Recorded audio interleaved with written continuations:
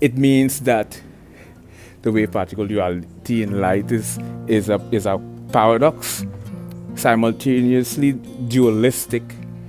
Hence the reason they call it a wave particle duality in light, because duality means rigid distinctions. Duality and contrast to polarity, they are a trichotomy. They share no commonality whatsoever. However, they share one subtle common denominator in terms of their polarity and nuances.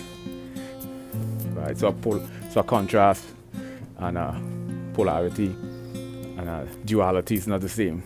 Duality is rigid distinctions between. So black and a chicken may be duality, right? But they're not polarity. They might be in some context, a contrast.